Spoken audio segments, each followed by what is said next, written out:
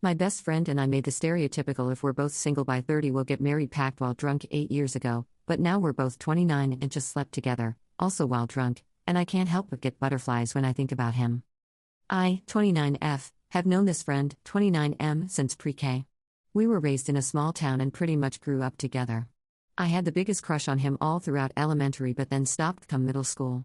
Our friendship lasted through all those years and he even took me to prom after my ex of 3 years broke up with me a few weeks before the day. Both our parents were thrilled to see us go to prom together. One night in college, both of us 21, I had him stay at my place after getting drunk as I didn't want him driving.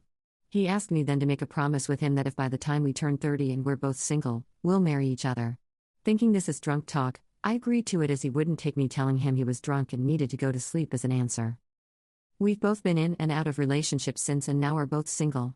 I visited/stayed at his place for a weekend to go out with mutual friends and have fun.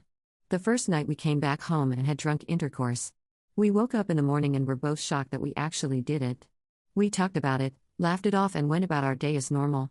No awkwardness at all. The next night when we both got into bed he had asked, "So we shouldn't smash, right?"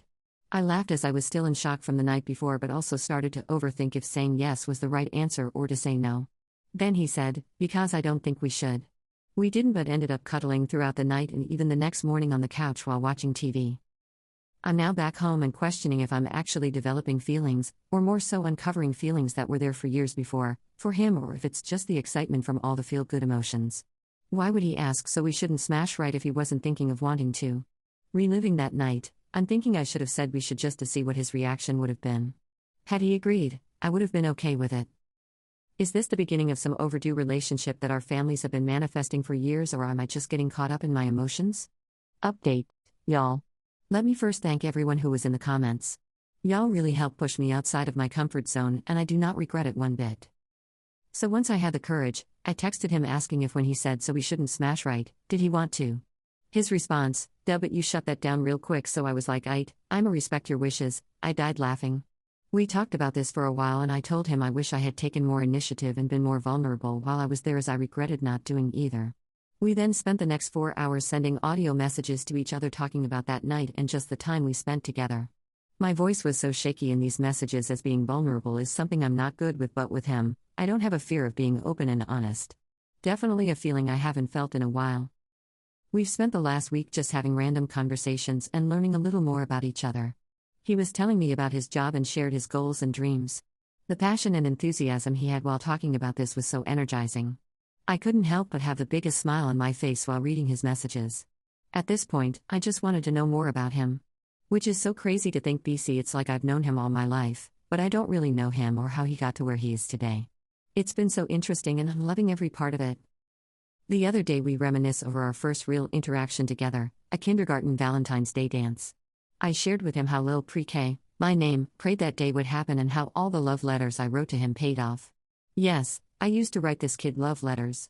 He was in the AM Pre-K class and I was in the PM. One day he came in during my class to get his backpack, assuming he left early that day and had to come back to get it. After that day, the first thing I do when I got dropped off for class was sit at the craft table, write him a love letter, and put it in his cubby for the morning. Crazy to think I used to do this, but like I said in the original post, I was crushing on this kid so hard in elementary. He told me, my mom would freak out every time I brought a note home. Who's this little girl writing you love notes? Y'all, I swear I'm not making any of this up lol. I hope one day I can share pictures with y'all so my story has more to it and doesn't just sound like a crazy love story. I'll be visiting him soon so we can talk and have the real get-to-know-you conversations and I cannot wait. It's crazy to see he is feeling the same way. We both admitted that seeing each other's names come across our phones and feeling the way we do is like, damn, is this really happening? I just feel so lucky and my heart is so overwhelmed with happiness that I can cry. Maybe there will be another update, but at least for now, thank y'all again for telling me to go for it. Best decision I've made in a very long time. I'ma enjoy my lover girl era now.